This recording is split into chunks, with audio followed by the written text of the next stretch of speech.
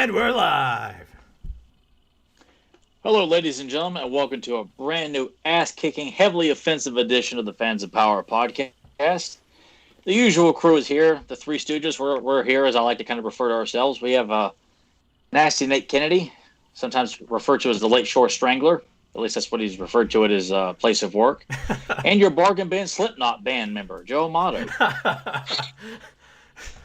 Yeah, who's like dog shit clock from 1981 failed him today.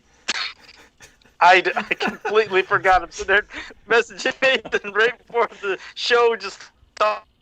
Show that I looked at the time, I was like, fuck, it's almost 9 o'clock. I thought it was almost 8. I completely forgot about the fucking time change. All day, just been oblivious because like I said, I'm not watching nothing on TV, just doing shit, and completely forgot about the fucking time change. So if I wasn't messaging Nathan, you two would be sitting here, where the fuck is Joe? And I would have been away from the computer for a good. They would think Joe's mad at us for some reason. Like, maybe we joked with him too much. He didn't want to talk to us. He says, "Fuck you guys." And, he's just sitting there passed out with a bag of Cheetos and Popeye's chicken grease on one hand. Almost. Spring forward, Joe. Spring forward.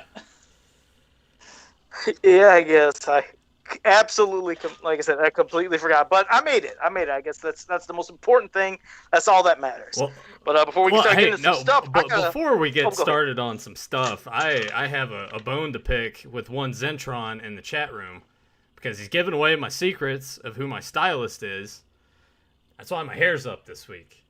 Because I give him to that. That one actually made me laugh. It made me laugh too because I was like, damn, man, that's accurate.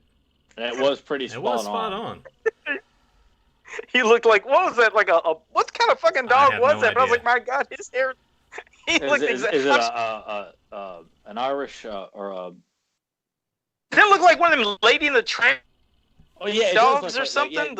Yeah, Nathan's a lady, and Joe's the tramp. Oh, great!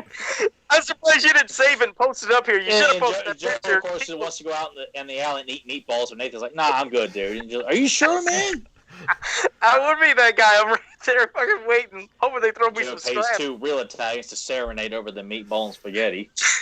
Nathan, you got to get the picture. You got that picture off of Facebook. Put it up here. People have to see what you're talking about because that is fucking genius. He did a great one. Zentron did a great one. All right. Give me a couple minutes. I'll put it up in my little box. But just know, Zentron. That's why I put my hair up this week. Because I was embarrassed. I also trimmed up the chin hair. That stuff's just not like hanging down and scraggly and everywhere as much as it used to be. So I look more like Shaggy from Scooby-Doo now, I suppose. And he still maintains a cookie duster, though, right? Yes. Yeah, you gotta have that. Yes. Gotta have that. But yeah, I'll mute my mic. I'll get the image up, and Joe, you can see who all we got in the chat room. Who all made it? Who all knows what time it is and what day it is? Yeah, I'll get them, and then I got to see what Tyler has there for a shirt. But we got Papa Hood 69, Spider Rat, Zentron, Zen Brown, Johnny Cock, Sportimus, Darth Baca. I think I already said Febmon. That's how quickly I forget shit. Eric Munoz. I hope I didn't butcher your name, Eric. I'm sorry if I did. You could correct me on Facebook.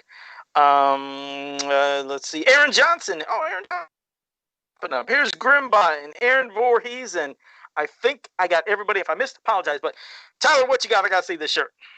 Well, I got something to share along with this as well. But this is the latest edition from Joe's Tees on TeePublic. We have got Stone Doll and Rock On by the great Earl McCarthy, recreated by our wonderful Amato there. I'm quite proud of this. I'll hold it up again here, a little bit more prominent there. Great. But, and to let you know, that completely redrawn and even redid the faces just to give a more a little more edgier look. Not the smile. Beautiful. I cracked that, and I didn't even know it had arrived yet. It was like, holy shit! And I got in the door and threw the shirt off. I could throw this thing on here. And I'm like, oh, brand new armor. This is great. It's nice and soft. It feels like I'm wearing something out of the 80s right now with this. This is what we need. We need to see more of this vintage look on apparel, man. So I'm so thankful Joe put this together. And Nathan, did you get yours? Or is it on the way? I haven't gotten mine yet, but where Joe's dumping all this stuff on here, I can just buy everything at once, which is kind of what I wanted to do. Oh, yes. So we're anticipating hopefully some more for Joe Oh yeah, there'll be some other stuff definitely. And Nathan did pop up real quick that picture of him and that dog.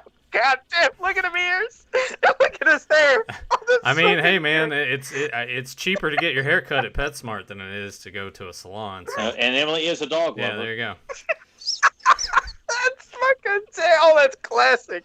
Son of a bitch getting his hair groomed. You know, my parents watch this show every week in support, so I appreciate them doing this. I'm sure my mom right now, because she hates it, absolutely hates it when I have long hair. I'm sure she's looking at that and she's like, "Now, he does look like a damn dog." I hope your dad's getting a good laugh at it, because it's always fun when your dad laughs at your expense for some reason. Yeah. It's just look at how it hangs at the phone. I mean, it just looks identical. Jesus Christ. Well, I mean, that's good. Sportimus did say the dog is cuter, so ouch. Thank you for that. Appreciate it. Well, all right. Tyler, did you have anything else? Yes, just real quick, because I just opened this up right before the podcast. I'm quite proud of this, so I thought I would share it on here. Is a sale from the Return of Orko's uncle of Azrog and Spydra. Was that from James's auction? No, this is from somebody else. It's got one of the original backgrounds. It's not the exact background from their little spat they have in the episode where this scene is from, but I've been frame that fucking thing up. Yeah, it's pretty. I got another one too, like the exact scene of like He-Man lifting up the gate to the castle with Spydra holding her wand out to him. No background though. That came in about 2 weeks ago, but I was pretty proud about this one because with the background and everything, it's a very. You are going to frame that up, aren't you? Oh hell yeah, yes. Both of these are getting framed. So, James had some I really wanted to get, but someone came in and like grabbed it, and I was hoping to get it for the cheaper price because money. Well, they sniped it. You know, you would think since we are close friends with the Reverend that he would have set some. He would have set some of that aside. Hey, look, here's a lizard man cell that he's got, and I was like, okay, I'll just wait, and then of course someone went in and bought it. I'm like, damn it! So I keep waiting on that. There's I have a few animation cells I'm pretty proud of that I've picked up over the years, but I am kind of surprised the Reverend hasn't. Like, hey, look, guys, I'm giving you guys first dibs. Anything you want here? It's like, all right, name your priority. I'll take that one. I'll take that one. And it's pretty much putting out to people who are probably just going to use it. Like, oh, this is great. I'll sell it for $5,000 or some shit like that. Some guy who doesn't know anything about He-Man or something like that. But it's even got the sticker. I don't know if you can see it there. It's a He-Man the Master Universe logo sticker. Oh, I can see it. I can see it. Yeah. Yeah. So pretty damn proud about this. But I was like, I'm gonna wait and just. Cool. I'm not really big on like hey, look what I got kind of thing. But I just thought like this is pretty appropriate to share with you guys on here. I liked it. Yeah, those are both awesome. Yeah, I was looking at some of his stuff too. But yeah, just definitely I wouldn't have been able to afford any of that stuff. And I think some of the things I was looking at, they got sniped and had big bids. There's some decent prices on some stuff. I mean, there's a couple I've still eyeballed that haven't been picked up yet, but it's. Just pulling the trigger on one of the real pricey ones because I mean it's anything prominent with He-Man and Skeletor goes for big money on there. I think I was looking at one of the Garn pieces. I'm trying to remember which one I was looking at. I think I seen something of Garn that he had. I've seen some of oh God, I can't remember drawing a blank from Reign of the Monster. The creature that Joe has a Mulcrum. Mulcrum, yeah, I've seen several Mulcrums on eBay. Yeah, God, he was a bitch to make. I made him. Yeah, I mean, no, I love Mulcrum. Like I said, I talk so much about him that people were getting sick of me talking about. But I love that fucker, and I remember trying to make him into a custom. That was hard as hell. I think I've done 2, and I really wasn't pleased with either of them because it was early on when I first started doing customs. So he looked rough as shit, but yeah, he is an awesome character. What's up, Lee? I want to see what you would do with him. Would take the blonde hair off. I don't like the blonde hair, and I wanted him to have different arms. Like, I like the idea of like his face, the horns, like a centaur-like monster, but the arms don't feel like they match. And the blonde hair it's like Castle Grayskull, man. What the hell? It's a lame. You know what's anyway, weird? But I mean, with Castle Grayskull, man, I do absolutely fucking hate that hair with a rock character. But for some reason, the hair it didn't bother me for Mulcrum. It kind of vibed. I bought right into everything. I just can't because I've looked at when I'll see pictures of them every so often. I can see how some people like you'll like.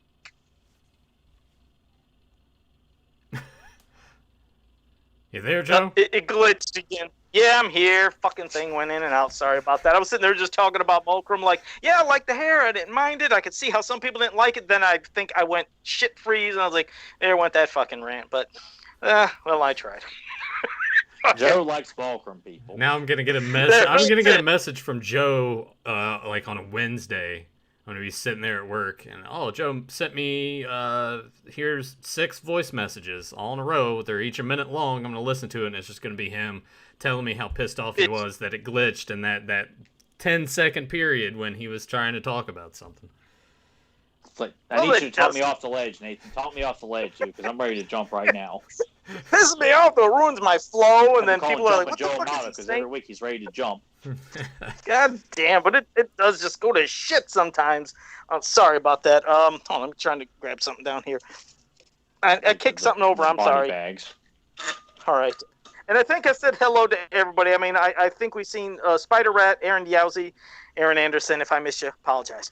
But how did you guys want to start this off? I don't know who want to start off first, how you want to do it, but I mean, Tyler, I know it was your idea, so you might as well at least let everybody. This was Nathan's idea. This was not mine. Nathan? Yeah. Oh shit! Well, Nathan came up with it. Yeah, there's not going to be anything fancy here. We're not going to play the commercials on the screen or anything. I don't have any transitional stuff that we're going to go to, but I will say I posted in our Facebook group last night a ton of the links. If you guys check out the description below, if you're watching this after the fact, you can go ahead and pause the video. Check out all the links in the description. There are a handful of just singular commercials, and then there are 2 very long compilations that have, I feel like a vast majority, there's probably some commercials that are missing, and I know Graham will be like, the one on James E. Talk's Instagram page. So if you go to Bustatunes on Instagram, maybe I'll get that link after the fact and put it down in the description too, so you can check that out. But the plan was to have a top 5 vintage commercials. Now, these 2 guys have watched these commercials time and time again. I know Joe probably saw a lot of these when they were on TV. Some of you guys probably the same way. Tyler may have seen a couple. I have no recollection of them, so going back and watching all of these, this was sort of seeing all of this for the first time. And it's interesting how the commercials evolved from the beginning, but you also have to think that this is new, uncharted territory for toys. There were commercials before, but now the game had changed once Masters had started to gain popularity, because they were sort of, in my mind, that first real breakout toy line, and then everything else started to follow and followed that pattern of having the commercials and having the elaborate sets, and here's what these action figures can do, go buy it now. So it was cool to sit there and go through these. I will say I highly recommend compilation number 2, which is 39 minutes long. You'll see between compilation 1 and 2, you'll see a lot of similar commercials, but there are some in compilation 1 that aren't in the second one, and there's a lot in the second one that obviously aren't in the first one. So I would say go compilation 2, watch that first, and then go back and watch compilation 1 and pick out some of the stuff in there. But we're going to go ahead and give our top 5, which this was tough, and I have a lot. This is Mission Impossible. I still don't have a complete. I got more than a top 5, but I can't really rank the 5 that I give you, because it's just I can't sit there and say this one's better than the other or better than these 4, because I have a variety of reasons why I like them all, and even past that, I'm like, I would just keep going, because once you got to 85 all the way to the end of the line, the commercials become little movies almost. Hell, even the ones in Germany, there's some badass German commercials too, and of course they have new adventure commercials also. So it's He-Man was treated very well from the UK to Germany to South America to Australia. I mean, it's people are all about making He-Man look as badass as possible in every country when they're trying to sell the toys.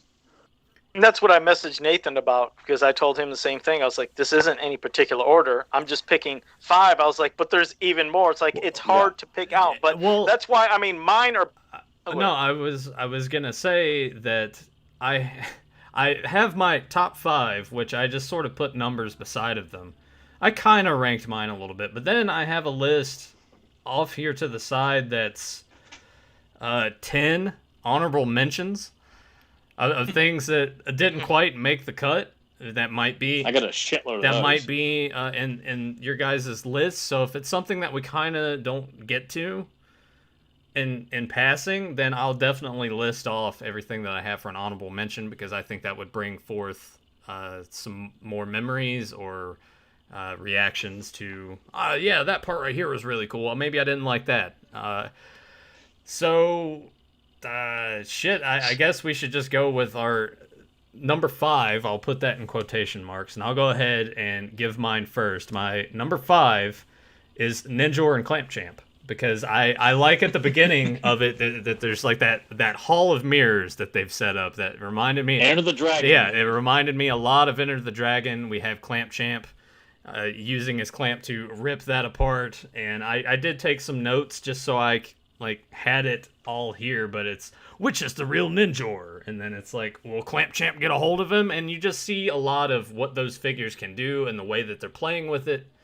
And we had it a lot with, especially early on too, with the commercials, that you would see a little bit of the action, and right as the figures are about to really clash, that's when the commercial ends, which I thought was kind of brilliant to do, because that leaves it up to you to, you're already excited. You imagine it gets... Yeah, so you're ready to roll, and you're ready to go to the toy store, beg your parents for those figures, and recreate that whole thing. But just having that set piece with it being like Enter the Dragon, and just who those characters are, and doing this show and learning about that, and then Tyler's mini comic that he did, all of that melds together, and I had to put that with number 5. Though I would say one that came very, very, very, very, very close was the Evil Horde commercial, where Skeletor is confronted by Hordak, Leech, Mantana, and Grizzlord, and how they introduce all of them, and like Skeletor tries to run away, and those rocks fall, and he's just fucked, he's trapped. And that was really cool. But that was one of my 10 honorable mentions. Ninja Clamp Champ was in the 5 that I listed, because I like to go back and rewatch that one a lot, just for my own personal appreciation. Well, people who listen, you know damn well why. But also, like, when I first saw it, it was on a tape of vintage He-Man and other 80s action figure commercials that I bought off eBay back in like 2000 or 2001. It was just a tape with someone just put a bunch of commercials on there. And it was advertising the Eternia playset was on this tape. So I got it for that. So when I saw the Ninja Clamp Champ commercial, I about shit my pants. Like, holy fuck! I had no idea that there was even a commercial. Because at that point, there'd only been like a couple of commercials uploaded to He-Man.org. And of course, YouTube wasn't around. So like what you saw is, I mean, whatever you had access to, that was it. So that was a big deal to see this Ninja Clamp Champ commercial to be an homage to Enter the Dragon. Like, oh, this is unbelievable. Like, it's definitely a top 5. I can't decide where to rank it, but it's in there. Probably even top 3. Yeah, I'm just same with you. I don't rank any of these.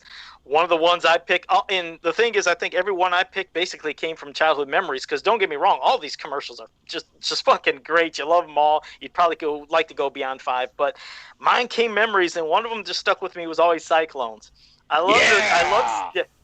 love seeing the goddamn gimmick, but you're seeing this evil fog. You don't know what's going on, but then Cyclone spins to reveals, and you see all the evil warriors there, and then Cyclone wins. He spins right through all of them to knock the shit out of them. It got you pumped. I was like, that is a cool-ass looking figure and gimmick. It's like they couldn't have done it any better for that commercial. And also, what always was a hook at the end was showing that preview coming of Stone Dar and Rock On. I always love those fucking preview things. They got me so... I got chills every time. So this one, it brings back so many goddamn memories. But Cyclone sent me a message about that particularly, that he thought the bumpers at the end of some of these commercials that are hyping up. The Horde one was new fantastic. Characters coming. Yeah, the Horde one, which we have to, and that's why I kind of feel like this is going to go beyond the top 5. Because once we're done with that, I almost feel like we need to at least elaborate why certain commercials need to be watched. And the bumper on Dragon Blaster Skeletor that says with the Mattel square opens up and Peter Cullen's voice. The Evil Horde coming soon, very soon. Like, holy shit balls! Like, to have been 5 or 6 years old and seeing that commercial with this bumper, with this brand new faction of evil characters, like, oh my god! Like, it was just an ungodly time to be a child, and I'd give my left not to have been a bit older to have seen that on TV, because I never got to see any He-Man commercials on TV at all. Like, I never saw one toy advertisement. I got to see Turtles and G.I. Joe and various other toy lines, but not one single He-Man commercial. So these commercials mean a great deal to me. They really do. Can we talk about some of the earlier ones, though, and just I want to get your opinions on the overuse of the dome, dome, dome, dome, dome, dome, and just implementing For me, like Moss Man, Cyclone. Yeah. Did that? Shark. Yeah, just for anything. me as a kid to watch it. I mean, no, I ate it all up. I could see some people that, like you said, maybe later on seeing it, or maybe even as a kid just saying it's fucking driving me nuts. Me, I always just embraced it. It didn't bother me at all. I even love that. Like you said, the commercials had such an evolution. First, kind of the ones with the kids with their parents, then just the kids, then the ones that would have something with a little more rap to it to try to get, a new edge to it. Then the ones that were just showing, like you said, more of the characters and you barely seen the kids anymore, but more environmental shit going on. But those early ones I loved, and I even loved the acting of the kids. They felt it. That's what I meant. It's like how we use our imagination. Like you see one of those little shits when he was like making Skeletor's face, like making a Point Drag commercial, yeah. Yeah, it's just like this kid's buying into it. And the one where Dragon Blaster Skeletor, remember to freeze Fisto, and then you see the kid go like this. Freezes too along with yeah! it. What a loser! If I was playing with that kid, I would have been like, "What the fuck are you doing, man? Come on." They did great though. That's what it showed the great acting for the kids to enjoy. It's like they're really buying into being these characters. So yeah. I enjoyed those early ones, and yeah, I guess the He-Man, Land Shark, it didn't bother me at all. But I mean, that's me. I do. It's not in my top 5, but I do like the ones with Castle Grayskull and the dad trying like really hard to understand what the hell his kids are into. There's a couple of those of the dad. Like, who's the guy with the muscles, or who wants in Castle Grayskull? Yeah, it's you, Dad. You're trapped. These goofy looking buffoons. Oh no. Yeah. So yeah, the dad's a little cheesy, but it's cool. But it's to emphasize that the kids are cool and the parents are not. The kids are in on the cool stuff, and I guess because I'm sure all of us have experienced that when you bring in this cool new toy, your grandparents, your aunt and uncle's like, what is that silly thing you're playing with? Or what's that character? They always have this like they're kind of talking down to you when you're like, dude, this is Tongue Lasher, and he does this. Yeah. And I'm better than you. I mean, you think about it. What did our parents and our grandparents have to play with? Sticks and rocks in the outside. They didn't really have much in terms of toys that really latched on and stuck. Maybe they had like a Slinky or something, but that was about the extent of it. Or like those 10 robots that couldn't really. Yeah, or like the toys that could like kill you because they're all like made of sharp metal. And that's stuff probably. I imagine that's how they looked at it back then. It's like back in my day, this shit could kill you. What's this pussy stuff now? Made out of plastic? Puh.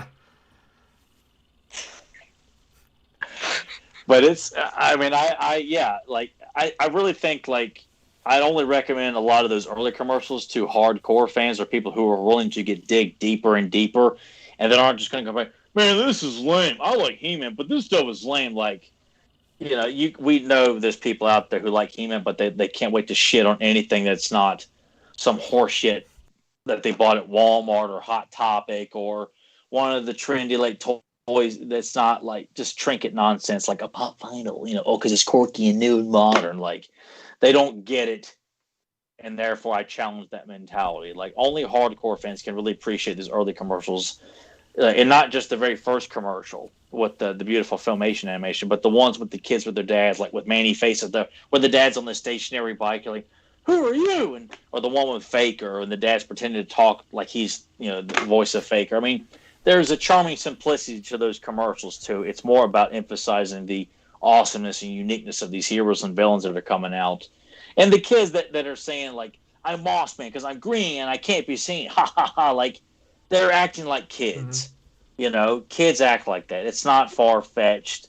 You talk to any youngster, they say random weird things. And you're like, what the hell are they talking about? Like, so kids been excited about these new heroes and villains. Like, it's not. Is it corny? Yeah. but it's not ridiculous because kids would act like that. Oh yeah, I had no problem with the early commercials other than just that overuse of the boom, boom, boom, and like the laziness of just inserting character here whose name actually works with that. That was only, I was like, man, again, especially, I think it's compilation 1, where they're at the beginning, it's just that back. Oh, there's a whole back bunch to back to of back. which I feel like the first one kind of plays it up from the beginning to the end. Yeah. Even though it's missing quite a few. Whereas the other one is just all over the place. And that's why I liked about the first one, because you watch, it's like you're kind of watching the evolution of the line through the commercials. No, it's interesting to see, especially how the sets got more elaborate and just the toys themselves with the action features and the vehicles and all of that stuff. But I'll go ahead and give my number 4, which is going to be the slime pit, because I love at the beginning how you get that shot that's going through, you see the fright zone and everything, and then it's like, the what? The slime pit. And then you get Spikor getting fucked up. You see the slime that my mom would never let me use the slime for any of the stuff. She's worried it would get stuck in the carpet or stain the carpet or whatever. Mom, you should have let me use the slime at least one time, just saying. She's watching right now. I wanted to use. Well, maybe you can I let her know? Slime Pit Mint and Box for Christmas this year. Yeah, it actually it wouldn't have messed up the carpet, just to let you know, because mine got onto the carpet, and all it did was once you take it off, it just got all the dirt, and then that slime turned from bright green to just the brown. It wouldn't have mattered. She was still just like, no, we can't do that. But I like the fright zone. I like seeing it, just the angles that they use to make it seem larger than it actually was.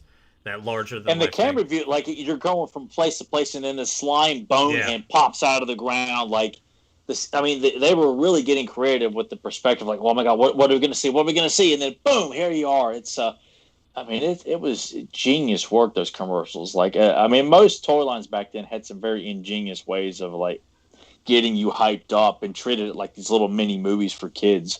So like, oh man, look at this. I have to have this because of how well it's. Even characters like people dismiss, like Snoutspout, had a badass commercial too. It's just that's what I felt like as it like got progressed. Like all these newer characters that gets kind of a little further away from like the core of He-Man were badass because those commercials made them so unbelievable. Yeah, dude. if you book it right, you can make anybody look good. You know, mm-hmm. You just got to accentuate the positives and hide the negatives. I'd say one thing with the Snoutspout commercial that I kind of never dug this too much in a lot of the toy commercials. And correct me if I'm misremembering this, because that was a lot of commercials to watch and absorb. But doesn't Snoutspout, does he hit Skeletor or Hordak, and then the kid like knocks over Hordak and the Horde Trooper. Knocks over the little thing that he's standing on? That Hordak's on. I never dug that too much when you would see that in a commercial where the kid just knocks it over. I would always preferred that it would be something attached to a vehicle that would come out, or something attached to the action figure that would shoot out and knock it over, not just the kid doing it. I would like to think that the force of whatever in the product would be enough to do that. So yeah, I always hated it. I don't know. It would take me out of the moment. I would get sort of absorbed into that. Like, oh, holy shit, this vehicle or this character looks awesome. And then the kid knocks something over. I'm like, that's kind of... I get why they're doing it. I mean, I do too, but I'm just saying it just... I don't know. That's not really too much of a negative. It's just sort of a nitpicky thing for commercials. You would think that a lot of times they would find a way to not make that possible, that it would knock over something. You would think that the water coming out of Snoutspout would be strong enough that it would do that on its own. That way you could sell it to the kid as such. Yeah. I guess one on my list I'm going to go ahead is the Eternia playset, which I'm sure you guys probably thought was going to be on the list anyway, but that was they really went all out to sell that playset. I mean, it is beyond it's way out of the atmosphere of the galaxy in terms of like the scale that they set up with the lightning, the storm going on, and you see both forces like coming together facing each other and seeing all the features of what the Eternia playset can do, and Skeletor going up the elevator and facing He-Man. Like they come face to face, and this little kid comes, and he looks like he's just barely standing above the playset to show how big it is. And I have the power. I love the big, catchy. I don't know how it kind of almost like kind of operatic, bombastic. I have the power. It just sounded so cool in those latter commercials, and that Eternia playset commercial is just stunning to just watch. It was just glorious. Yeah. It was just it's something that playset really deserved. That was it's unfortunate that Castle Grayskull and Snake Mountain never got commercials that were that epic. Well, they were good commercials, but on that level, it's just the Snake Mountain. I enjoyed the Snake Mountain one. Yeah, I got into it. I mean, I'm just saying, like, to have seen, because they kept advertising Castle. There's like several commercials that feature Castle Grayskull prominently, and there's one that's not on either one of these lists, I don't think, where these kids are playing with Castle Grayskull at the beach, and it's like they're playing Master Power during it also, and it's like an 84, 85 commercial advertising just Castle Grayskull. So that's why I kind of felt like they're still advertising older product into the line. And instead of, something like that, we get, kids having a good time at the beach and like, oh, look, it's awesome. And it like rises out of the sand and stuff like that. But it would have been cool to have Castle Grayskull have a commercial like that too. But Eternia playset, you haven't watched it, check it out tonight, guys. That one, spoiler alert, I'll just, since we're kind of away from the time, that was actually, I had listed as number one, because out of everything, that thunder and the lightning, and you have imagine the sky track, and imagine this, and imagine that, and going back to the slime pit, the angles that were used. I mean, the playset's big enough as it is, but the way that they made it, it just seemed like, how big is this thing? Seems as big as a house, Yeah. They played that up perfectly, and with the time period that came out into the line, where maybe there had been some kids that were sort of on their way out from it, I'm sure the way they did that commercial probably brought a few of them back in. That when they saw that, we have to have this. We must buy now. So, yeah. I'm curious if Joe saw that commercial. He had to have. You know what? No, I'll be honest. I don't remember seeing the... No. That's what's crazy. And that's the thing. You would think I would, because as much as I love that playset and wanted it, but I don't remember the Eternia playset commercial as a kid. Actually, don't remember seeing it. Wow. Yeah, it's bizarre. I wish I would have, because I think the first time I might have seen it is when you sent me the compilation disc, Tyler. I think that was the first time really? I seen it. I was like, I've never seen this fucking commercial. So that's why I love seeing it. I mean, it's great. And I could see, yes, that would have had people buying it, in droves, probably even more, but they got me without the commercial. So, and it would probably made my list too, I'm sure, if I would have remembered it as a kid, because it didn't make into my top 5. I love it, but it didn't make okay, now one of my other picks for my 5, there's 2 different versions, there's a couple versions, but the one I do like the Master Power one for Spydor. I used great. to do that. It's catchy as hell. It is. It's a super catchy, and it's creepy. It really is creepy. And with the little sister looks freaked out, the shadow of Spydor coming down like that. And I fucking had a crazy, weird, fucking fear of spiders in some degree back then. But I loved it. I love that fucking rap. Do the rap. I loved seeing Joe, it. do the rap. No, I'm not doing the whole rap with the Master Power and the Spydor new from the Masters of You, the Assembly 2, it needs batteries, each soul assembly from a tail, got it, all that crazy shit. But either way, I love that fucking commercial because it brings up a lot of memories. And also, Spydor is always one of my favorite vehicles because it's creepy as shit, popping in the batteries, just seeing him crawling. We had a cat that we used to freak out with Spydor going towards it, and I like the reverse switch. He'd even go backwards, but Spydor is just one cool-ass vehicle, and that commercial, that's in my top 5. I loved it. Like I said, it's quick. So with all the lasers on the floor. And, the kid dressed up in his trendy jacket and his Converse shoes. His goofy little dance. Spider and we both did at the same time. I remember I heard about that commercial. I didn't get to see any of these. There was a book on 80s action figures I bought in 1998 or 99 at the store up in Northern Virginia, and the guy does a whole section on He-Man and mentions the Spydor commercial in this little box, a little description next to one of the pictures, and kind of mentions it and says, "You remember this commercial? Too bad if you don't." And when I saw the commercial, that's the commercial that guy was talking about in that book. So this guy who was a lot older than I was mentioning the Spydor commercial, and he's got this creep Spydor, and I thought it's pretty cool that particular commercial with that, and that Master Power rap is featured in several of the commercials. But like Thunder Punch He-Man too, is it that? Yeah. And the Castle Grayskull commercial. I mean, they're. I remember when I saw the one with Thunder Punch. I was like, "There's some really much older kids playing with He-Man toys." In the commercial, like they looked like they were in high school almost, because they're dressed up like punk kids, but it's more showing, hey, we're cool kids. We play with He-Man. And when I was little too, you always would notice much older kids playing with the toys anyway. And I guess it's like you look up to older kids. If they're playing with this stuff, I must have it too. So it makes sense. And hell, that might even been a way of trying to get the teens, the kids that were going from being younger to teens who were leaving toys, of maybe trying to still keep them around, to target them and let you know it's still cool for you to play with it too. So you got the power, Master Power. Some guys get it, some guys don't. It's That's where I got my eBay name. It was from this commercial because my eBay name is Master Power. That all makes sense now. Yeah. I never did tell Nathan that. I wouldn't ever, because it was like he probably wouldn't get it or care at the time, but it's been that ever since I had eBay back in 2001, and it's been called Master Power ever since. I've had an eBay account since 2003, and it's weird to think that I've had that for almost 20 years. You've had yours for 20 years. I've had it since high school. It's ridiculous. Shit, what was I gonna... Both of those, the Thunder Punch and the Spider Rap, those were in my honorable mentions, because I'm like, it's too catchy to, like, how can you not like that?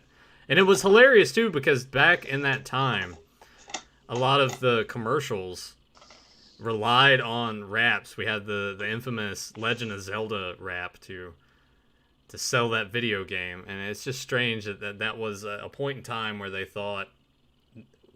what was that? Remind me of that. I kind of don't remember that. Let me see if I can remember when you do some of it. Just part. What, the Zelda rap? I don't. Yeah, I don't remember that offhand. I'll have to shoot you a link after the show so you can see it. But it's just it's corny. It's not as good as. Wait, is that the one with the something like the Octoroks and Tektites and Levers to get them before they get you? Or something crazy. Okay, yeah. The Legend of Zelda, and it's really okay. Now I'm kind of remembering. Okay, it's like the Legend of Zelda is really rad. The villains of Hyrule are really bad, or something like. I don't remember how it goes, but it was. See, Joe knows that he's doing it right now. He's just too embarrassed to actually rap it out loud. Joe is probably having rap-offs to himself in his room with that, you know. Just as crusty ass. Or he's on the ghetto. That's what he in parts unknown Toledo, Ohio. They're having rap-off battles on the corner. That's what. Over video. That's why he was late. Yeah. He didn't realize what time it was because he was too busy doing the Zelda rap. He's having a rap-off in front of Kroger at the dumpster. Oh shit. I'm going to toss out one of my honorable mentions here that it isn't toy related, but is in compilation number 2. And it is I got to find it. So I have it here. It's the Master Universe meet and greet at Universal Studios that took place during Christmas time. And it just shows all of these characters surrounding a kid. And if you're between ages 4 and 11, you get a free action figure. So I kind of wonder what the assortment was with that. When kids would show up, if there was a choice, or if they were just like, whatever, just give them this toy. I mean, since it's featuring the Horde and Sheer, I imagine it probably was around 85, 86 went on. And I don't know virtually anything about that. That was on the bootleg set of the He-Man collection that I had, the one that Nathan double taped. The series of commercials that was on that's what featured that Universal. And that was my first time hearing about that. I almost thought, that's not the Power Tour. What is this? Yeah. At first, that's what I thought it was. Yeah. I was like, oh, okay, here's an advertisement for this. I'm like, oh, no, they actually showed up during this Christmas season. I think it was between, December 21st and January 5th or something like that. So if any of you guys in the chat room, man, I'm assuming this was Universal Studios. It would have to be California because Florida didn't open up until the early 90s. So if any of you guys out there, either in the chat room or after the fact, leave a comment down below. If you went to this as a kid, let us know your experience, and 2, let us know what action figure you got. I would like to really know the assortment of who all they had. If it was a vast array, or if it's just He-Man, and Skeletor figure, or something crazy. Yeah, then Mattel says, well, we couldn't get enough He-Man and Skeletors out there to keep the line going. Hey, wait, Mattel, that's what you could do to get rid of all this overstock of the He-Man and Skeletor Origins figures. Just do something like this, set up another thing at Universal, and then just give those things away. Yeah, they get the same two guys who did that meet and greet at Toys R Us and Mario Lopez with those shitty looking He-Man and Skeletor that promote the 2000X line. You remember that shit, Joe? Wait, what was that? With Mario Lopez? You don't remember this? Yeah, there was and it was on the internet, but there was this big promotion at Toys R Us in New York and in Times Square, and Mario Lopez, AC Slater was there to kind of promote and here's the new He-Man toy line. Look, we got He-Man and Skeletor, and they picked the skinniest He-Man and Skeletor to come out and have the shittiest sword fight at Toys R Us in Times Square. All right, and that was the one where they also gave away those exclusive figures. The one with He-Man that had that special, it had special gold foil on it. Yeah, okay, yes, okay. Yes. All right, took a second. I mean, Mario Lopez seems like a kind of guy that would do anything for money and to stay relevant. So I'm sure he took the gig because he's like, yeah, okay. Well, that was what was so random about it. Like, I love AC Slater, but I don't get the connection here. And like, he's done a bunch of random stuff over the years. So if he can play Colonel Sanders in some bullshit Lifetime movie, then that's what I was gonna say. Oh, most recently he did that, and that was like a joke. It was a 15-minute short film. It was not based on the stuff serious. Lifetime puts out. God. That's probably Joe, about as serious as it I gets. just hear food and I go at it. I was gonna say, was this all just because it mentioned fried chicken? Joe's like, yeah, It said KFC, so I was interested. It said KFC, and then it said that Mario Lopez doing it, and they said it was just a 15-minute quick movie. It was just a joke thing. It wasn't serious. Like, okay, gotta watch it. And yeah, it was goofy and corny, but if it was popular enough, they wouldn't have turned it into some bullshit. Why would you waste 15 minutes of your life on that? Yeah, what the hell, You could have spent that time eating. Yeah. I could have. Well, it got me to want to eat. But Nathan, what's your number 3? Well, everyone already. We'll just throw the numbers out the window. I know this one's on Joe's list because Joe sent me his list before the show, and I'm like, Joe, I'm not putting anything fancy up. He's like, I didn't know. I was just letting you know. I'm like, well, even if you did, this is. Well, I guess you thought I still had an hour and a half left, but there was only 30 minutes until showtime. Yeah, forgive me, I'm a moron. So but this one on my list is Roboto. Because which one? What do you mean? There's 2 Roboto commercials. There's a couple ones. Oh, God. I guess I didn't know that there was this one's the one that's in compilation too. I don't know, because I didn't click on the singular one. I think the one that's in both compilations may be similar, it might be slightly different, but you get the silhouette of Roboto, and then you get the Roboto. Okay, yeah, okay, yeah. And then it says even without his laser gun, or his laser axe, or his power claw, and the music that they used reminded me of Friday the 13th Part 3. I was wondering who was because I sent that to Joe too, and I just kind of figured that was going to get picked because it sounded exactly like the score. I heard that, and I'm like, holy shit, where's Shelly? Yeah. But, it goes up, bitch.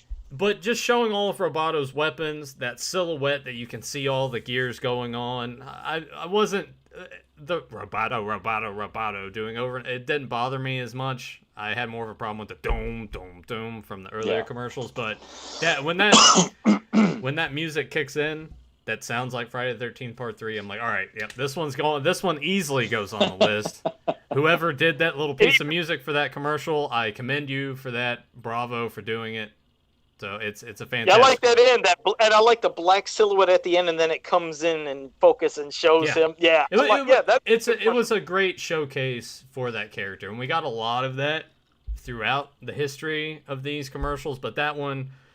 The music sets it apart, and I don't know if anyone else watching it would see it and be like, that music sucks, but I'm drawn to that. I like. No, it's awesome. I love the disco vibes. It's kind of haunting, almost, but it's like a radical tune to play with this brand new ass kicker robot. I thought it was a brilliant commercial, and with Peter Cullen. Saying, laser axe and his power claw. Like, you can't say things that cool without Peter Cullen's voice. I mean, he makes everything sound so damn cool. Well, tell me really quick about is that the one that's the single link that is different, or was it different in the other compilation? That's like the...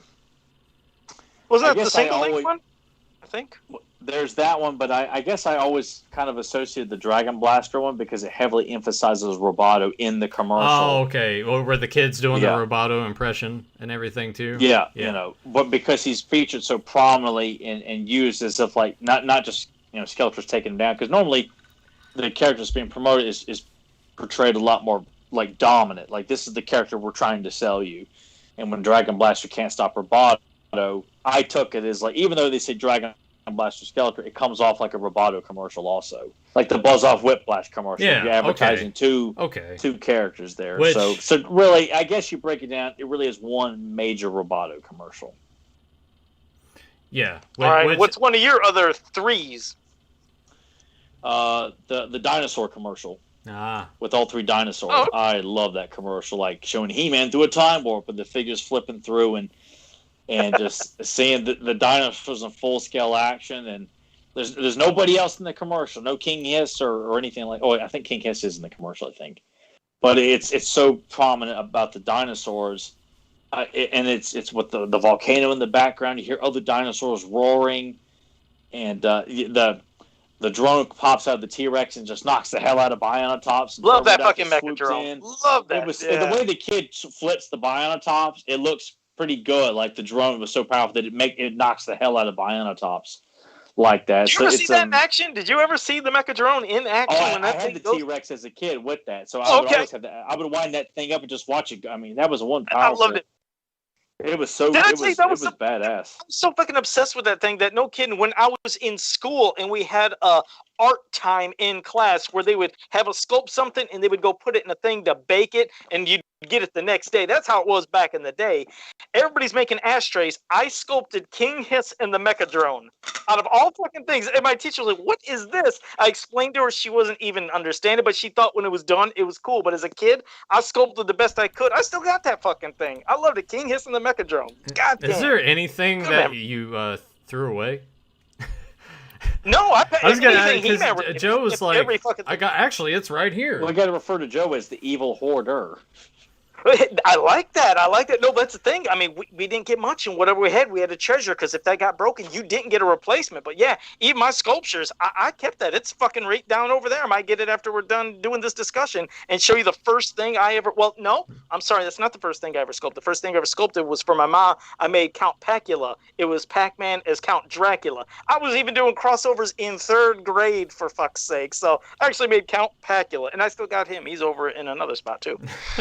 Oh man, I rambled. All right, let me see. He's anticipating a lot of this in advance. That way, he's got all these artifacts. Yeah. Well, let me grab it over here. Yeah, there's just like some a sliver of something. He's like, well, I'm gonna need this too, and he just has it laid off. Was it like George Kennedy, where he's picking up all the food, naked gun? He gets another thing, and he has another thing. He keeps chewing and eating. Remember? He brings up. You got the coconut cake and the pipe, but the popsicle, and drinking the frosty beer, and.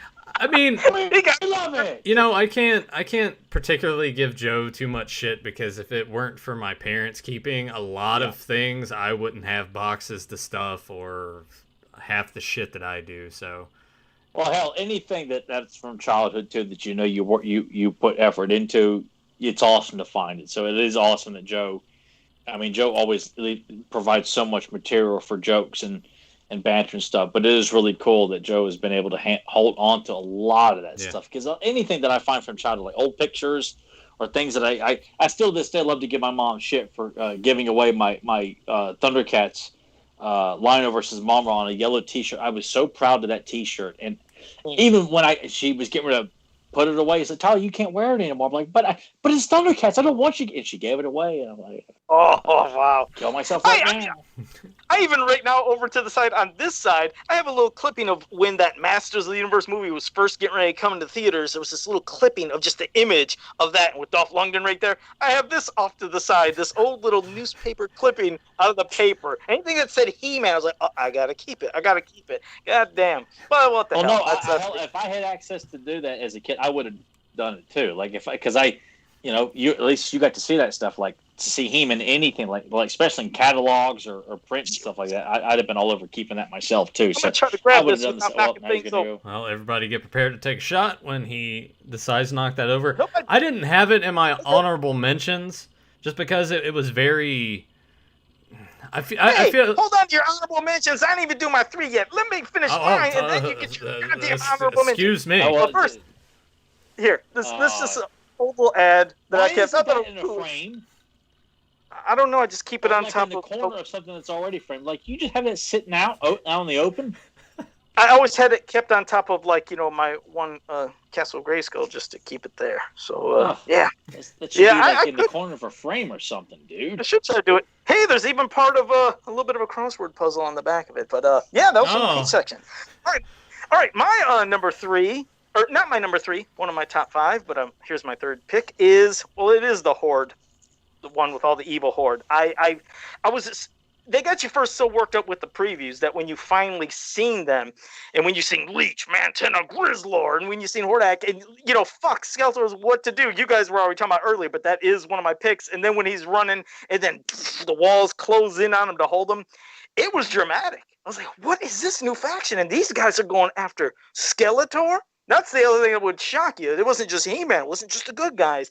That was this whole other fucking faction. So that one, and again, good production value. Not really seeing the kids, just really kind of focusing on the figures and then kind of little environment stuff. So it's just, yeah, they got a lot of plus and some points on that. That one, I mean, it's always cool, again, to see kids. Like I said, we've seen some of the things they did. And I'll even mention, after we're all done, one of my least favorite that really pissed me off, that it was just such a letdown. But I'll say that afterwards.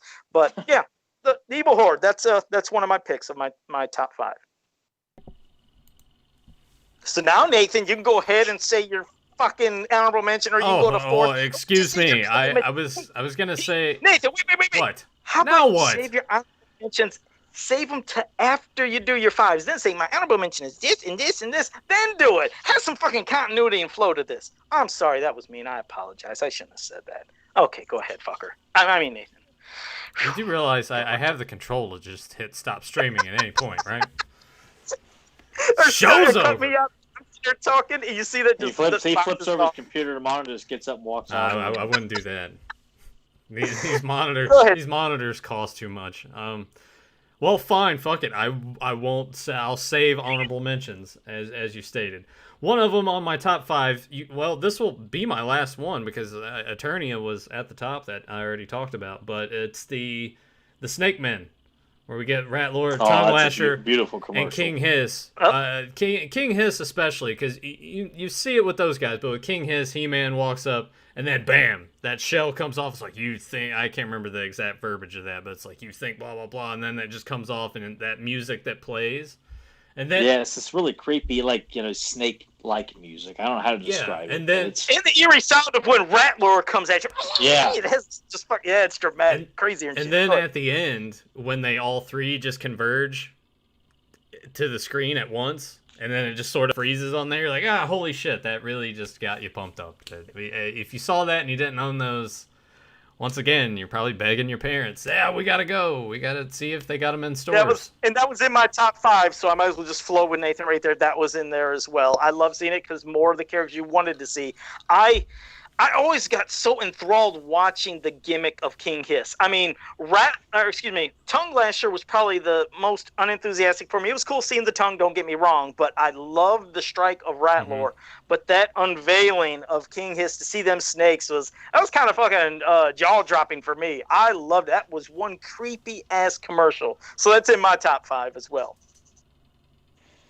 Next would be, because I had so many of these that I really want, and when we're done with this, I could throw out a few more. But this one was one of the, I think, it was the first time I ever saw any of the commercials was on He-Man.org, like the early years, like late 90s, and maybe even 2000. But it was a 30-second commercial. It had combined Rio Blast and Extendar. But the Extendar commercial in particular, it was always left an impression on me because I loved the music that plays in it, the big wooden bridge that leads from like Castle Grayskull to the other cliff that Skeletor's on, and Skeletor, he's out of reach, and then the music's playing, amping up the danger, and Extendar just leaps up and just cracks the bridge and sends Skeletor down into the abyss. A tower of power, and like, oh my god, like that's just unbelievably badass. Like, it was just that it was just ball busting. It was I can't describe it because I had never seen any of the commercials. So I'm like, this is what He-Man commercials were like. Holy shit balls! Like this is amazing. And Which highlighted such an yeah, exactly. That's what I mean. Which highlighted such an underrated character. A lot of people look at Extendar like nowadays. And I was like, do you understand his gimmick and beyond the commercials and seeing him in the mini comics? Like, do you know how fucking badass this guy really is? Those commercials, I mean, they definitely help sell. A lot of people were done with Masters at that time, so some people when they see an Extender are like, I don't get it. I mean, if there's him, then why does Mechanic exist? And we won't go into that debate because that might be another episode where I lose my shit again about because those people are jerk offs anyway. Yeah, so, no, yes, love that one. And, well, I think since Nathan already did all 5 of his, and it's left to you and I, Tyler, with one more choice, and I'll go to mine right now. It is Modulok. It's not fucking playing off my gimmick. Oh, shocker, everybody. How about that? That was going to be mine. Oh, son of a bitch. Well, we'll both go with it then, since we're talking about, I mean, if nothing embodies the fucking gimmick of a character, I mean, that is it. I mean, I was like, oh my god, look at all that stuff that can be done with one character. I waited like crazy to finally see that in store. When I got it, I mean, it lived up to its expectations of that commercial, of all the different things to transform, and just, it was endless, but god, that Modulok. Oh man, fucking love that commercial. That's got to be my favorite. And again, not playing off my mask. That's my it's that when I got that compilation tape with all the commercials that were on there, that Modulok commercial, like I just loved how dark it was, and the kids are really buying, like Hordak's meeting him, and the Marge do love it. You got Peter Cullen, it comes with 22 multiple interchangeable parts, from Mattel, and the rock music that plays, like that piece of brief music that played that amped up like how awful and evil this character is. Like, oh my god, this is it just stuck with me so much ever since 11th grade. It just, the music and that narration of how we're gonna amp up this new release like this. Like, this is all for a children's toy, and you see how pussified everything is for kids today on TV. I don't see that many toy commercials, but I mean, the creepy and gross. What you think that? I mean, to see it, he looked gross too. That's what's weird. It was not a pleasant looking figure. Not saying all the other ones would when you're looking at Leech and Mantenna, but something looks so disgusting and creepy about Modulok. And that was one hell of a memorable commercial. He's the only Horde member who got his own individual commercial. Everybody else was featured in groups. Yeah, true. Yeah. I didn't think about that till just now. He's the only one that was featured solely on him. Multibot, Dragster, the Horde Trooper, all together. Hey, you know what's weird? I'm glad you said that. Is that preview one where they said, coming soon, the Evil Horde. Yeah. And you've seen all of them, including Modulok. And that's what's kind of strange is then when you see the Horde commercial finally appear, it just has Leech, Mantenna, Grizzlor, Horde, but no Modulok, so they could save that for its own gimmick commercial. But I mean, think about it. Modulok can do so much more than everybody else can. So you would have to set that aside, because that's feature him too. Something that big, you really want to you'd be show what you can do with this character. It would be stupid not to. Like, I'm sure, I'm sure someone probably pitched that to make that, and someone's like, "No, man, it can do so many things. We can make it its own commercial." Absolutely, give that man a raise or that lady a raise. I used to wonder too, because on like the back of the Horde mini comic, Modulok, like all of them are on there, and the Fright Zone, but I never saw any of the anything with Modulok up to that point. Like, I was not aware of. I didn't have Thunder Punch He-Man as a kid or Modulok, so I never saw Modulok featured in any of the mini comics I had as a kid or anywhere else. So I kept thinking, like, who is this character that's featured with the rest of the Horde members, like with two heads, like, that beautiful cross-seller artwork. But I never. But again, too, he gets his own mini comic also. Just like the rest of the Horde members do too. But it was just. Why he wasn't featured in the Hordak mini comic, where you got Mantenna, Leech, and Grizzlor, and then all the Skeletors Evil Wars, but no Modulok. Like that, I would love to have seen Larry Houston throw in Modulok in that big battle royal that we've talked about time and time again on there. That's I'm sure it was just hey, we don't have I don't know. We should ask Larry. Let's get Larry on the phone right now and ask him why. Let's bring him on the podcast just to ask him that. Just give him a call. Be like, hey, you know what time it is? And be like, yeah, it's like this time. It's like, yeah, that's right. Joe doesn't know. That's right. Yeah. What time do you have, Larry? Well, now, Nathan, go ahead with your 500 honorable mentions, buddy. You know what? What? You can eat my ass. Jesus. This one is on compilation number 2. This, once again, has nothing to do with action figures, but it is the Fun Pals Underoos underwear commercial. I kind of figured Nathan was going to bring that one up. But, it's just... It's a fun commercial, because, though. It has He-Man, and we get Lion-O in there, and Optimus Prime, and it says kid, and he's starting to put on the underwear, and what happens when you put on the underwear? You turn into that character. Like, how can you Those were cool as shit. I felt the same way about the under, and I never had He-Man underwear as a kid. I had Silverhawks, I had Willow, G.I. Joe, Turtles, but never He-Man. But it was, for me, being at home, it was like a badge of honor to have Silverhawks on your ass. It was just something to be proud of because it was cool images on the underwear. Yeah. That was what was so cool about it. And I mean, and those are Joe would, they're hidden treasures too. And Joe, were you going to show the? Well, Joe, you were a spokesperson for. Go ahead, show that. Pop that up there for everybody. I'm gonna have to download it. Yeah, I think the way Joe photoshopped it made him look like he's just a creepy guy digging into little kids' dresser drawers. But that's where the kid was. Well, just to give context, that's where the kid was. And then when they shot my version, I just was in place of where that kid was. So yes, you'll see that in a second. He'll get you the ad and the picture and everything. But to Tyler, it sucks is the commercials like that where they had that exclusive animation and you would see different. Yeah, I love that. I always wondered, man, does that shit exist? I don't know if that's something Grimbot would know. It's like, would there be cells out there? Well, Grimbot's the one that did it. Even though he probably of course, yeah. What's messed up is he was probably still in the womb at the time, and he still managed to pull that shit off. He does fucking everything. Yeah, because there was that one. There was an international commercial, I think, for some kind of like freeze pops or some like popsicles. Yes, Thunder Punch He-Man and Skeletor.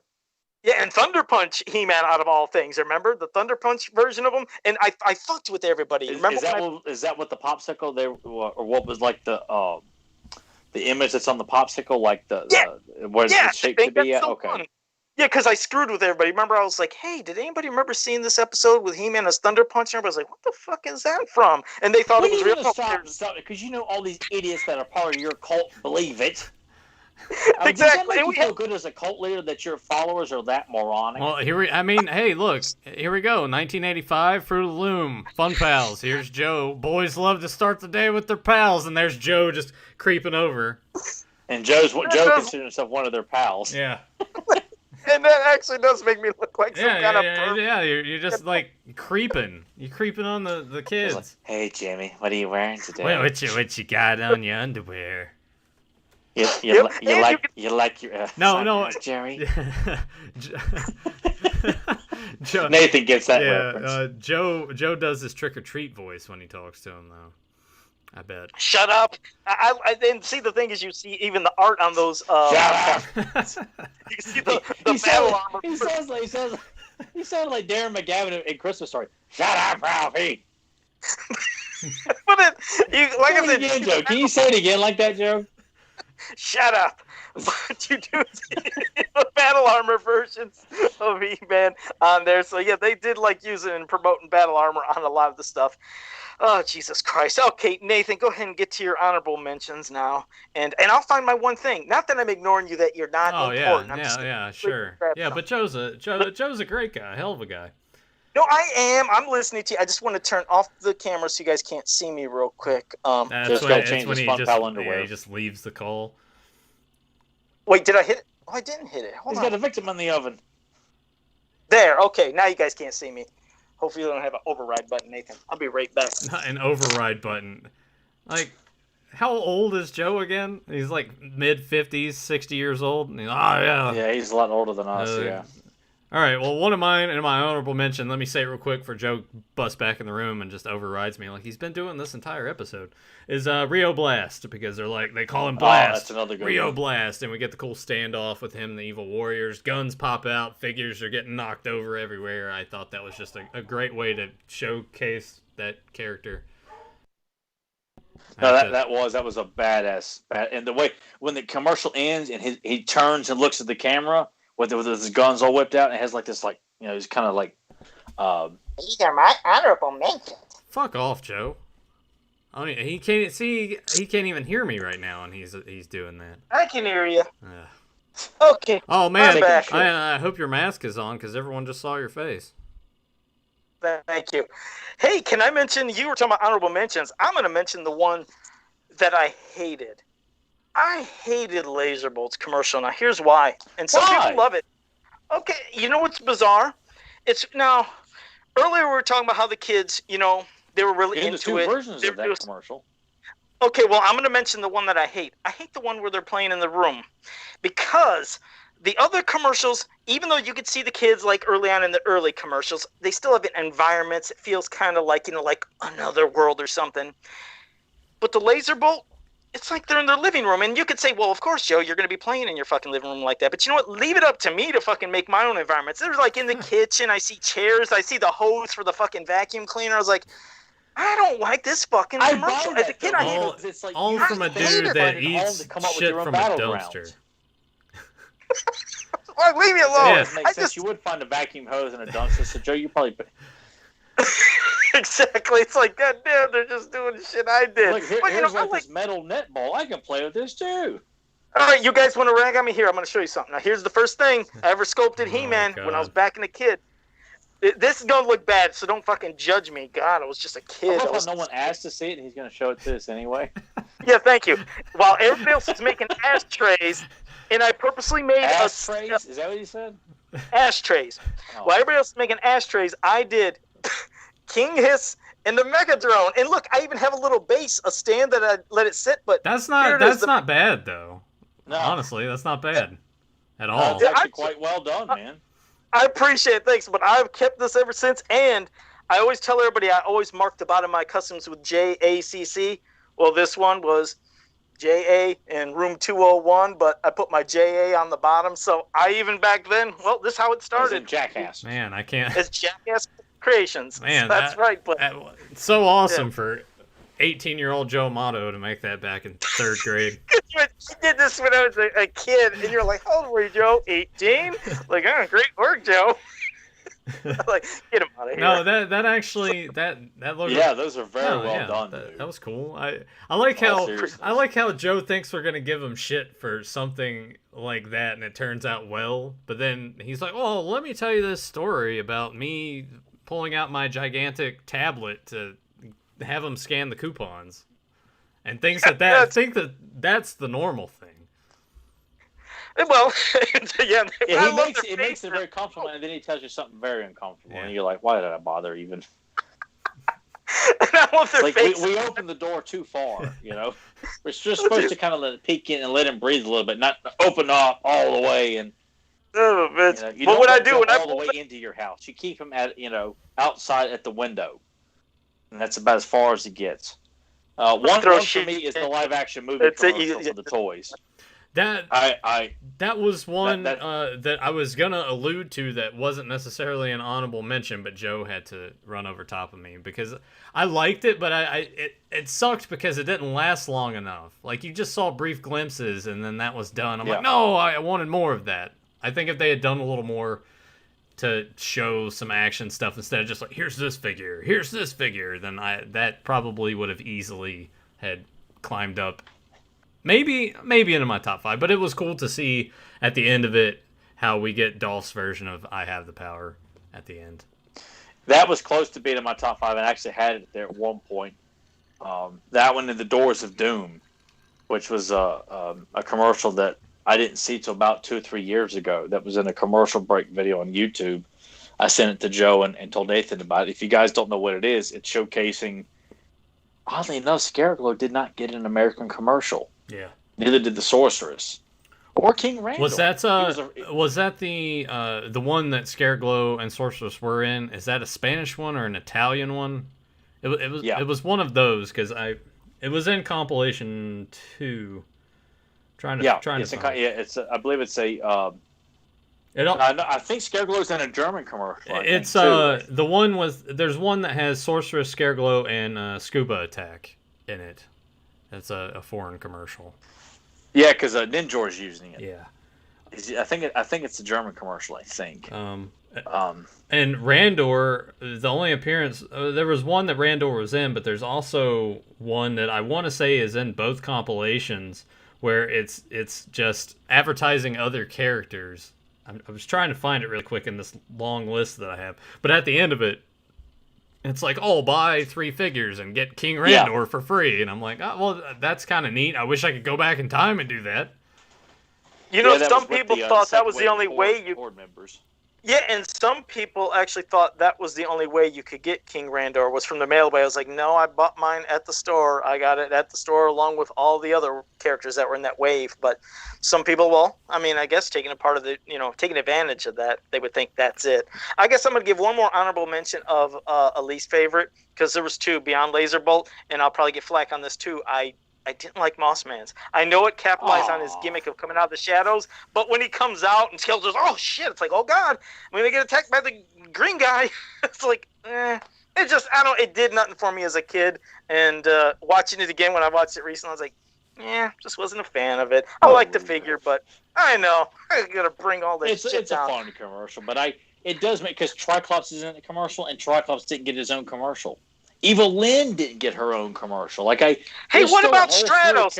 Did Stratos get his own commercial? I'm curious. I think Stratos was just in. Stratos was in one with He-Man and Cobra Khan. I don't know if it's Battle Armor He-Man or what, but that's a surprise, isn't it? When you think that such a prominent, amazing fucking character would have had his own commercial. Well, he should have, Joe. Yeah, I guess he should have. Thank God. Because how would they promote? Here's Stratos. He flies. I'm like, oh, that's great. What else? It's just Joe throwing him into a door. Like a dart. That would be my commercial. Here you go. Have the Peter Cullen with the voiceover, you know. That's it. Joe's just throwing the toy all over the place. Like a bird flying into a window, he just flies and breaks and shit. And it breaks and he holds onto his head. No. Well, it breaks and it hits the ground, and that's when Joe drops his Underoos and just takes a big giant shit on it. Exactly. It says he's going to customize the broken Stratos in his lump of shit. Oh God! Yeah, I think we revealed it right there. He sucks so bad he couldn't get his own commercial. So hey, Night Stalker didn't get an American commercial either. Like there's still a lot of things that were made in the line too. That like Scuba Attack, and I guess it was. I mean, I think it's a UK commercial. The one that you can find that's spoken in English language is a UK commercial, I think, which is awesome. But it's unfortunate that there still was a lot of product that was never even. Yeah. If it was featured, it was like not the prominent, character they're trying to sell you on, or even like a pair-up commercial, like Scareglow versus King Randor or something like that. It was. There was one that had King Randor, Clamp Champ, and Rotar, but it's in Spanish. Yeah. Even Spanish, then, it's just very boom, boom, boom, and then it's over, and you're like, well, okay. But it was cool to see that, though, that in having those included in here, that you got a glimpse, at least, of what the other countries were doing with the property, especially that late in the line with what they were trying to accomplish. Joe, is it okay if I give another honorable mention? Would that be too much? I said there's a lot of good commercials, and since this is Nathan's first time watching this stuff, I also want to see what Joe's thoughts are on the Meteors commercial. Yeah, it was kind of, not saying bland. It was cool seeing them all together, though, because I fucking love those things. And yes, it would have been great to see a maybe even more environmental friendly kind of thing with shit going on. But, don't get me wrong, just seeing a Meteors commercial is cool as shit because they get zero respect from most people. But yeah, I'm glad they got a commercial. You know, one that shocked me is, am I wrong? But for some reason, as a kid, and I might be wrong, I don't remember the Wind Raider having a commercial. But I don't think it had like like its own commercial. It was like that's what I meant. By by itself. Well, I mean, Well, I mean, like Panther didn't have his own commercial. Screech didn't have a commercial. There's a lot of shit that wasn't there. Yeah, I mean, there was a lot of stuff like that wasn't even like Zoar was featured in the Roton and Battle Armor He-Man commercial, but I mean, there was a lot of stuff that wasn't. I mean, Tila wasn't really featured that much. She would only show up in bits and pieces, either like kind of. Yeah. What about Battle Ram? I don't remember Battle Ram. Was there a Battle Ram? Never given a commercial. And that was a great. And that's what's sad. What a cool ass gimmick beyond separating to have the Sky Sled, but just I told you I had just hours of fun playing with those fucking missiles to shoot down characters. What a missed opportunity on that one too. Yeah, that was weird. Yeah, it's Well, I'll let Nathan throw out another one. It's kind of a big mystery to me why so many things were not featured in any commercial. Yeah. Well, I imagine that they would have to sort of pick and choose certain things. They were probably like. There's probably a budget that they had to come there's probably a budget. There's probably how you figure it into a rotation. You have to have X amount of commercials a year. There's probably some sort of discrepancy with that how advertisement works. But one that I did have listed was the Fright Fighter, because you get the ominous music. You get to see the wings in action. It's going to fuck up Roboto, cares Roboto off. You don't know what's going on there. I thought that was a fun way to showcase what a vehicle could do. And that's the biggest vehicle. Have you ever seen a Fright Fighter in person? That is fucking gigantic. That was the last vehicle I purchased. I purchased it last summer. I finally got a complete one here. That is a big son of a bitch. Yeah, I love it, and it's a vehicle that reminds me of the Blaster Hawk, where you hear nobody talking about Fright Fighter or Blaster Hawk, and they're both just so fucking fun. But yeah, the Fright Fighter, that is gigantic. Yeah, I actually had to put my vehicles kind of like under on my shelf over to my other side on my right my right trigger has a lift. But yeah, I have to put the vehicles under because they can't even fit because it's so damn big. Yeah, Tyler was to grab his. Alone is like I take it off the shelf, but I had the wings locked around the Blaster Hawk. See, you're like, I can't get mine out of my shelf. It's too big. Yeah, it's big, but it's God. Just looking over here, like the accessories, like the Mega Laser Stilt Stalkers and the Jet Sled were never used in the commercial. You wanna take your Can you take your tablet and sort of show that, focus that on there if you want? People can get. It is big. So, like the wings go past the shelf here. Like, wait, Tyler. What's that trinket bullshit you got on top there?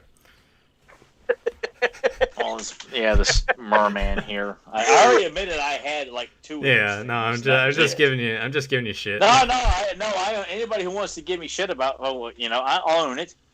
And look, there's Battle Armor Skeletor down there too. That was someone gave that to me. And I was going to say, guys, in the chat room, if you want to hit us with questions right now, give us any questions you have while we still do some rambling here. Hello, Rebecca Cox. She made it. She said she was going to try to. She's been working really hard. Good to see you. Popped up here late, but no problem. It's better late than never. And I'm going to check something on Facebook because Eric sent me something. I don't know if this what it is in a message, but he said he's going to send me something, and I'll pass it back to you. One last honorable mention from me. We covered this on an episode before, but Monstroid, I thought that was a brilliant commercial. Oh yeah, that was a great commercial too. What size batteries does Fright Fighter take? Imagine D batteries, right? No batteries. No batteries. That's a flapper. Squeeze it. Squeeze the trigger. And it's a trigger. It flaps the wings. Oh.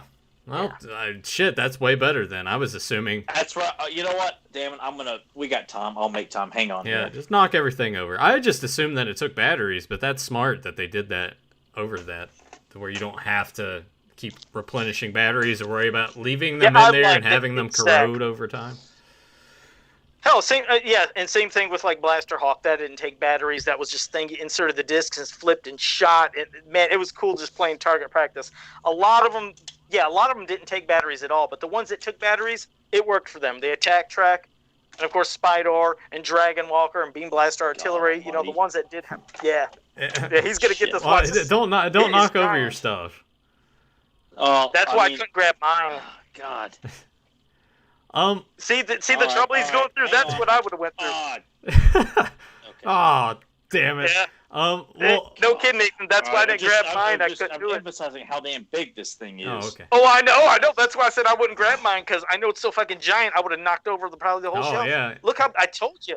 Look at this thing. You can't even see all the wings. That's what I mean. They're off to the side. It's so gigantic. I can't fit the whole thing Well, in the do camera. go ahead and grip it and rip it, man. There See? we go. Okay, yeah, that's awesome. It is badass too. It is. It really is. That is a cool ass. See, I just assumed that. I should have monster. paid more attention. I was. This thing too. It took me a long time to get this thing because it is by far one of the most expensive vehicles in the line to purchase, even not complete. Yeah. And I really now that's the thing. I had it since my childhood, so I never went to go look for this. Is it really that expensive for that big sumbitch? Yes. Well, let's I can go ahead and look it up right now. While we do that, comments from last week. I'm not gonna go over everything, but I appreciate you guys leaving the comments and letting us know that you enjoyed the show. But we did get a comment from Stephen Brick that, Joe, you have a question that you need to answer. What vehicle in Masters is your favorite vehicle? Well, I guess it kind of applies to all of us, so. Damn, well, I'm going to say Stridor. I've always had an affinity for Stridor ever since I was a kid. Shit, I mean, for me, it's a... Yeah, I know, I can understand that. To me, it's a toss-up between the Battle Ram, because I love that gimmick of shooting... I gotta go with Battle Ram. I was almost gonna pick Blaster Hawk, because when I'd have my friends over and we'd do target practice, like I said, Blaster Hawk was one, but I think the most fun we ever had... right here. Yeah, I mean, goddamn, you'd load those discs up there and the sumbitch shooting them out. It was too much fun. But no, for me, I'm gonna go with Battle Ram just because, like I said, I didn't take my Castle Grayskull, Snake Mountain, nothing outside. When we played, it was inside. So one of us would be the villains, one would be the heroes. We would set up equal amounts of heroes and villains around the playset of our choosing, and then we took turns with 3 shots each from the missiles. And whoever knocked down all of their enemies first was the winner. So I had too much fun with that Battle Ram. So I suggest if you have kids and you want to let them have some fun, set up figures, get your 3 missiles, and do target practice. It really is fun. It's tough to find one of these complete, actually. That's part of the problem. Is that it's hard to find it complete. I mean, there's what are they running? There's one here that's missing one of the wings, and they want. I was willing to buy if it was missing like the rear gun and the radar dish. As long as the cockpit was intact, the wings were there. You know, I was willing to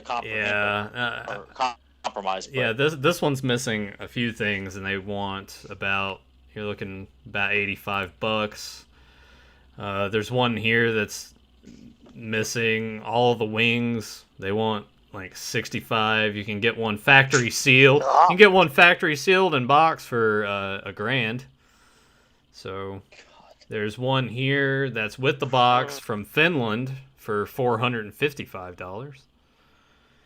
Another one here. It's got bet the shipping's crazy though, isn't it? $55. So yeah, you're talking about $500. So it's like vintage Fright Fighter or Super 7 Thunder Tank. I'll figure it out. And then the rest of it's just like, here's pieces. So I guess you would have to kind of go in and they don't pop up that often. That was another thing too, is that it's hard to even find auctions for a Fright Fighter. I still don't have the tower tools of the last accessory packs. Like that's the one I don't have. Like I've got the other 2 mint in box, but I don't have the tower tools. And I always wanted that one because it got Cyclone, Clamp Champ, Faker on the box. I just thought it was such a cool looking box. I think I have all 3 of them mint in box. All 3 of those, I think I might have them. I'm not sure. I just don't know if I came across it or didn't have enough. But this was back when I was getting this accessory pack for like $20-$25 mint in box, like back in the early days. I was lucky enough to get these coming on eBay before the prices went nuts. Never knew about them. When I see them, I was like, what the fuck are these 3 things? I remember them in some of the comics and stuff, but we never had them in the United States, and they were available, and they were super cheap. I think each was under $60 at the time when I got online. So I got each of those under $60 each. So maybe a total of $150 or $160. What's that? I said I did better than you did. I bet you did. You always get shit for nothing. What'd you pay? $10? I was just into it. I never left it to go steal food from girls while they're taking shits in the bathroom. No, you did talk about. Oh wait, shit. Never mind. I thought you were talking about the international stuff with the cliff climber, and I thought that's Well, what that's what I'm talking about. My bad. Oh. What'd you think I was talking Oh, okay. about? Well, I mean, I don't know. You got him thinking about stopped. like girls and everything. These. Yeah, but you had to order those internationally. Those weren't in the United States. No, so these were bought in the States. I didn't order these internationally. Huh? They are international, but they were bought in the States. Yeah, that's what I'm. Oh, that's why I was lost. I was like, what the fuck's he talking about? So, really, how much you pay for those goddamn things? I mean, we're talking like less than $30 a piece for each one of them. And I didn't buy them at the same time. I had to buy them individually. Yeah. What a fucking lucky just bastard. for people who haven't seen it, look at Clamp Champ versus Faker right here. Skeletor, and look at this awesome eel in the water there. I mean, that paints a story right there. They got I might as well hit my button and go get the cliff. You don't have cliff climber, so let me go get that. No, I have. Why do you gotta hit your button? Are you like taking your mask off when you go out there? He just pulls it off. Oh goddamn! Is the show over yet? I ain't taking no chances. Goddammit! You keep trying to get me to unmask. All right, well, do we have questions? Any more questions, or we haven't done any questions? Well, yet? yeah, we haven't gotten to any of the questions yet. There is some trivia from Brad Collins. I can go ahead and ask the question for you, Tyler. In episode 35, there is a lost episode that was found of an old recording where you guys talk about the 87 movie. There were 4 hosts that night. Can you name them? When we did the discussion on the live action movie, I don't remember anyone else being on that one. He says there were 4. Unless it's on episode the one he's talking about, which hell I don't know who. I don't know if it was. Shit, is he referring to the episode where we talk about the lost episode? Yes. I guess. The way he has it written here, he says, in episode 35, there is a lost episode that was found of an old recording where you guys talk about the 87 movie. And he said there were 4 hosts that night. I want to just throw out random, maybe John Atkin. Yep, that is correct. It is you, Joe. He says King Bozone and John Atkin. God, I can't believe we had John Tyler. on when Bozone was with us. Here you go. You can give me shit because this does not, of course, say Tower Tools. This is going to be the other international version that is Escalator. But still, it's still cool to fucking see. So, I mean, yeah. Yes. Sorry, you're right. I always love goddamn. So, look, we got Terror Claws versus Cyclone up there on the parapets. Look how badass that is. Let's go down to the bottom there. Let's see, look, we got Clamp Champ, Prince Adam, and He-Man going up against Injor down there. How's that possible, man? How are they in the same place at the same time? I guess they're different people. Son of a bitch. And then even the art on the back's cool. Just kind of cool, just regular art. Yeah, just seeing still, how the toy works itself. Like, it's a big, cumbersome, like even you see in the commercial, the kids have to hold it with 2 hands to kind of get it to do anything, in which it's more about the physical look, I think, than anything else. But those things are damn near impossible to get on eBay, too, now. Oh, yeah, and now they're, of course, super expensive. But, well, I didn't know, Nathan, if you got to any questions, I can get to some of the shitheads in the chat. I had only gotten to half of the trivia from Brad Collins, so I will ask this for you, Joe. After regular guest appearances on Fans of Power, what episode did King Bozone officially name Tyler as a permanent part of the podcast? Well, it should have been from the fucking first episode, because that's how it was always supposed to be. That's what drove me fucking insane. But, I couldn't even tell you. Maybe 20 or 21? 21. Oh, really? You got 21. I got 2 of those. Isn't it something that's stuck in my head? Oh, Jake the Snake. God, Jake the Snake, what a dick. That cracked me up, asshole. You want to play blackjack? I got some of those. You want to play 21? Yep. I got some of those, too. I got 22. Yeah, or whatever they go. No, isn't that weird, though, that the 20 or 21 episode, I knew it stuck in my head because I kept waiting the whole time. I was like, let he just fucking make it official. That's what I felt. I didn't think it had to even be made official because we had tried to do the podcast before that anyway. Other than, he just thinks. That's what I meant. That's what I was always talk toys.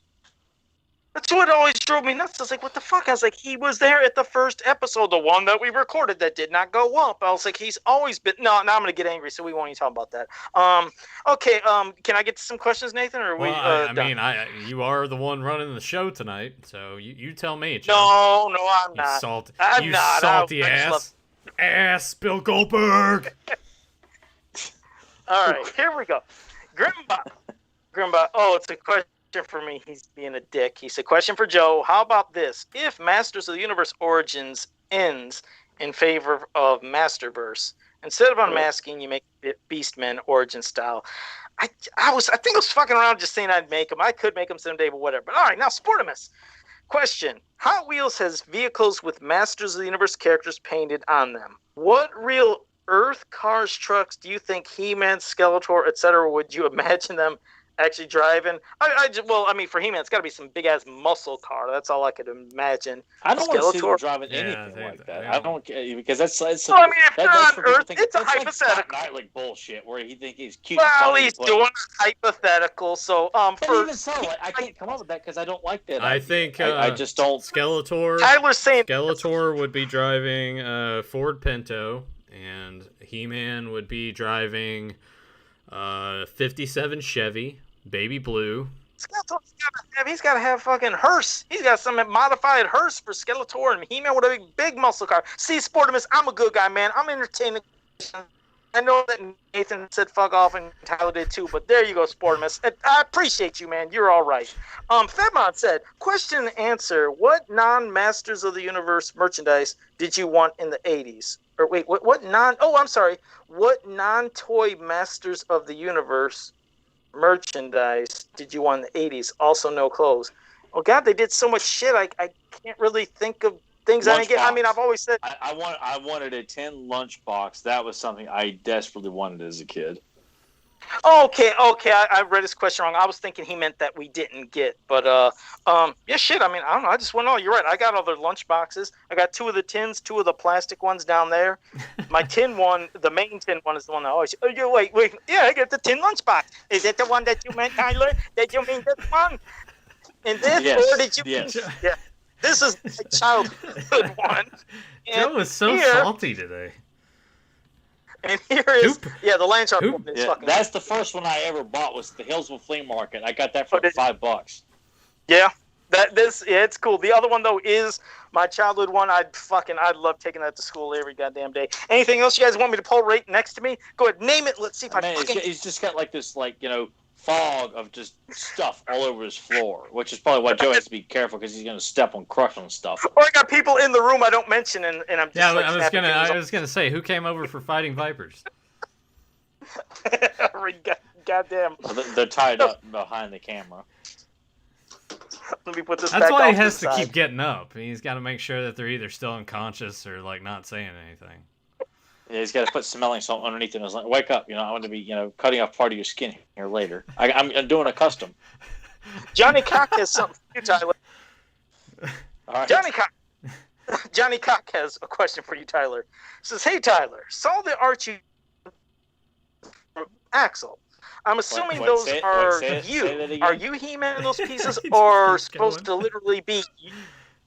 Okay. Johnny Cock said, hey, Tyler. Saw the art you've been told. Am I? God damn. Hold on.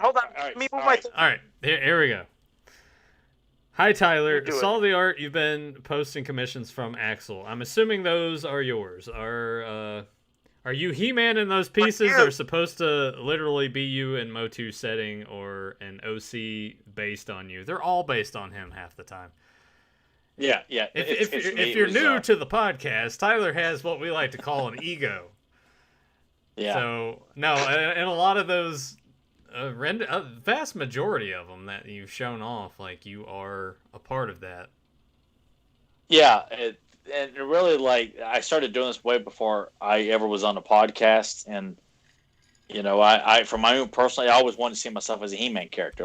I don't care what people think. I always thought it'd be really cool, what would I look like as a He-Man character? And I just thought, make myself Hero, the son of He-Man.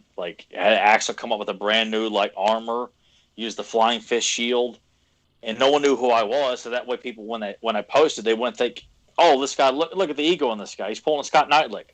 Like, no one knew who I was. So for the longest time, people just thought, oh, it's the son of He-Man. That's really cool. I thought, and someone had a custom made of it. I don't know who it was, but someone like the design Axel did using me, and they made an actual custom with the flying fish shield, the armor, and everything. It was actually really, really cool. And then Yuka comes along and says, "Oh no, that's Tyler." I'm like, "Son of a bitch, man! Like, don't tell people it's me," because I didn't want people to know it was me. I just wanted to think it was, a new like the son of He-Man, like a brand new character or concept that Axel just threw out there. I didn't want people to know it was me, honestly, because I didn't want people to think that I had an ego. But it was just always really cool. But now they know that you do. Now they know you do. Well, I know, and that's why I was even hesitant to even share them in the Facebook group, because I'm like, I have a bunch that feature me in there, but Axel drew all these amazing looking, villains. And yes, I look really good in those. Yes, I do. I'm not going to deny it. But that's Axel drawing me as a He-Man character. It looks awesome. Yeah, it does. No, it does. I just picture you standing there staring at your wall of art, and you're just like, I do that a lot. Before I go work out on the weekends, I kind of come in here, and it's like my wall of living pictures, like in the Greatest Adventures of All. Like, look at this. I'm fighting on the Blood Falls. I'm going to Third Earth and meeting up with Lionel. I'm fighting Dylamug at the Fright Zone, which I can post out tomorrow. Then he just starts rubbing his nipples. He's like, "Look at that sexy bitch! Oh my god, you're so Tyler. You're so hot." And then he just starts like flexing and everything. Yeah, but yes, they are me, and it's supposed to be the son of He-Man, since it was never really expanded upon. I thought, why not just use me? So that was the logic behind it, and it was just really cool to come up with my own adventures, because we sure so can't depend on anybody else to do it. So I pay good money to have the Axel and Kevin come up with my own ideas and put them on paper, because DC and Mattel sure as hell not going to do anything like that. So it is me. I own it, and I'm proud of it. Oh, sorry. Hold on 1 second. No. Here we go. No, that's good shit though. He does have some amazing. Well, I'm sure so it's fucking. I'm going to fondle your balls here next. Oh yeah. Let's see, Papa Huds, your question we've covered before, but we could always do in depth on another one, just to throw it out there, because this would take too long. We could always do a whole episode on it. Papa Huds 69 said, Joe, Nathan, and Tyler, if you guys could finish the Powers of Grayskull mini comic, how would you have it end? We will, trust me, we'll save it for another. Not like did. Yeah. Trust me, we'll do this on another one. But thank you, that Papa Huds. That will be a good one. I would like to do that on, because we get Nathan. Yeah. Had Nathan go and reread that, and then pretty much establish, what Scott promised he was going to give us, and didn't. He decided to rewrite the whole damn thing because his own personal fan fiction. Do we have anything planned for next week? Do you want to just do that next week? Oh, hell, if you want, let's do. Oh, wait, no, I had one more. I had a topic for next week. Yeah, we'll do it. We'll do that. Yeah, we will revisit that and have Nathan read the Powers of Grayskull, The Legend Begins, and then we will expand upon the 2 issues that we never got that Scott says he saw the scripts for or the outlines for, and he's full of shit. Exactly. Zentron said, Nathan and Joe, what do you think Tyler's anger management coach looks like? He said, I may have found a picture. We don't have to worry about Tyler's anger management person. What about Joe's anger management person? Because he's so fucking ornery tonight. Well, I mean, did they up the? Imagine it's like that guy that Patrick Swayze meets in Ghost on the subway train. Like, that's what Joe's anger management coach looks like. I guess it is either the time change or like they up the price on his Popeye 7-piece or something. I don't know what's wrong with him today. Yeah, and remember, Tyler is not a bad guy. He doesn't have anger issues. He's always a good guy. We get passionate on this. I might get anger, but you're right. I'm being a good guy. Honestly, let me see. What else we got here? I guess Joe, can you hear me? Well, Joe's taking. He's not giving Nathan time to talk or anything. Go ahead, Nathan. Well, I was gonna say, out of the 3 of us, I think Tyler is the least angry person. Which you guys at home do not know this, that Tyler's not really that much of an angry person. I'm the angry person. Joe's the angry person. Yeah, I talked to these guys privately. They're what you guys see me on the podcast. Yeah, and like Nathan's like, I'm going to kill all these fucking people. I'm going to get a Glock. I'm going to mow these people down. And Joe's like, can you believe this fucking shit, man? I went on there, and this guy said this, and then he said that. And then he said I had a small wiener. And I was like, oh, it's on right now. It just, I mean, you guys don't know at home how often I think about how I want to just punch somebody in the face sometimes, because I'm just like sick of looking at them. I'm tired of who they are and what they do as a person. I'm just gonna fucking knock them out. You guys don't see that on here because there's nothing for me in regards to this realm to really be that pissed about. I just don't like stupid people. Yeah, but I don't mind people thinking of me as the asshole on the podcast, the respectable asshole, as I was called from one of our newer listeners a while back, which I like that title. So I don't. It doesn't bother me. People see me as this angry guy that makes them mad. Like it's I don't need to explain the reasons behind it. If you want to know, you'll have to go and just take time to listen to the episodes, because I've had to address it a few times before. I'm not doing it again. If you made it this far, then I shouldn't have to explain it to you. But for little listeners, it gives you more reason to go back and look at all the episodes that Nathan has so kindly uploaded for your enjoyment. Yep, links down below. So. Anchor, Google Podcasts, Apple Podcasts, Spotify. It's all there. Go check it out. Or just come here and like and subscribe and do all that stuff. Catch us every Sunday. Or dislike if you happen to be that one person that likes to dislike where Joe's about ready to, Oh, yeah. Speaking of things that make Joe angry and set him off, there we go.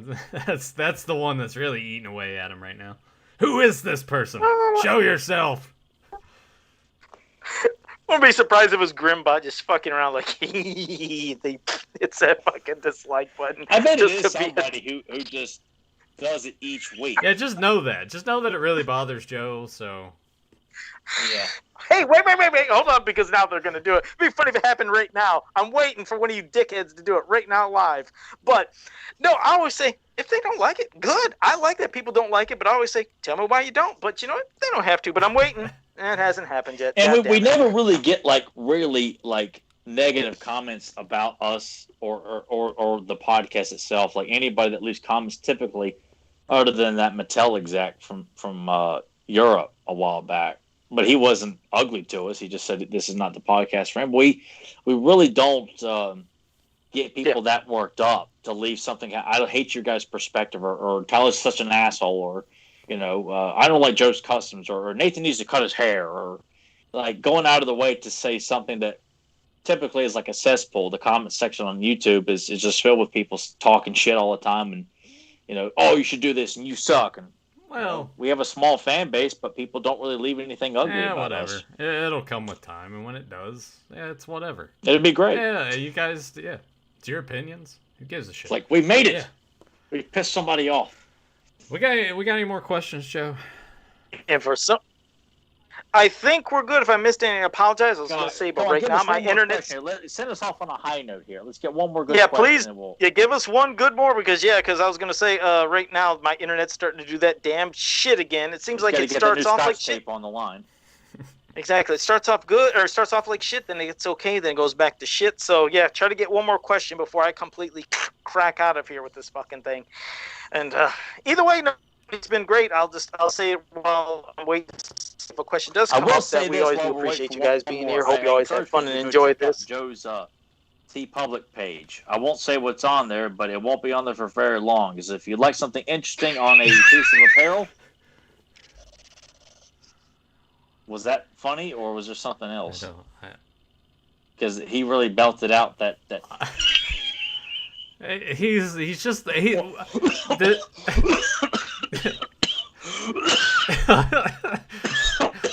What? All right, so in making fun of Joe, Tyler got choked up. What is happening here? You guys are... This time change has messed up everything. But yes, link is down below. Go check out Joe's TeePublic store. And I guess we can say this. Keep checking it repeatedly, because there will be some things that will pop up on there and then they won't be there. Yeah, tomorrow there will be something else that pops up. We're not going to say what. It will not be there for very long. So if you're looking for something interesting and cool, check it tonight and tomorrow. The quicker you get it, because it will not be there long. That's all we're going to say. Joe, you're... All right, now what were you laughing at, Joe? God damn this internet! I'm gonna try these two. I'm gonna try to get these two questions if my fucking internet doesn't go out on me. I love how when he did, it's like he was like tightening a noose around his neck. Damn this internet! He's just like, oh, it's pissing me off. We have two real quick. First, JSP wanted to know, said Tyler liked his wallpaper. Did Joe and Nathan like theirs that I sent on Facebook? I forgot to mention you, JSP, that yes, that was really cool, and I appreciate it, and I'm sorry I forgot to message you back. It was where I think he said Joe Amato in Filmation style or something like that. Some kind of wallpaper, if that's what he meant. I think I'm going to specify this to some of the people that are in our groups and stuff. I'm getting very bad at checking, unless it's from Joe or Tyler or someone that... that's right. He sent me my name written information too, yes. So, and it was cool. Yeah, it was cool. Thank you for that, JSP. It was cool, and Nathan said basically... No. I would... Well... Joe, once again, you're not letting me finish the thought process. Oh, I'm sorry. Unless it's from someone that I know personally, I've gotten very bad at checking Facebook Messenger for stuff these days. It's usually someone having to tell me that they sent me something, or I check it specifically for Joe because that's how Joe and I communicate with each other. So, yeah. He's basically saying you're not important enough. So, all right, Tommy, Tommy has a question. And thank you for joining us, Tommy. Somebody's new. And hey, Zamir, thank you for joining us too. But Tommy had a question. He said, how do you guys feel about Masters of the Universe minis, new and old?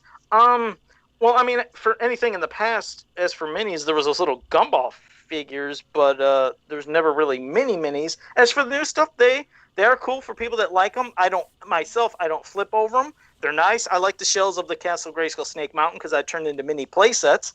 But, I mean, they're cool. I just don't do backflips over them, but they're pretty cool, Tommy. Did you collect any, Tyler? No.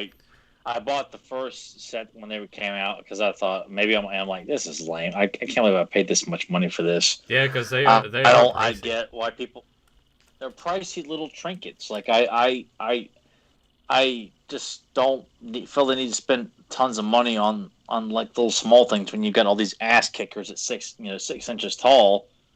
You know, like I want to pay half of that price for something small. Like I get why people like it, I truly do. They don't interest me. A friend of mine gave me the Man Enormous Faker set. I'm like, you didn't need to do this, dude. You really didn't need to.